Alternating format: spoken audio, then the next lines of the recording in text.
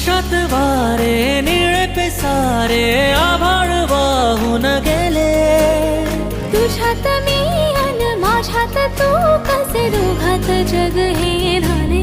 हो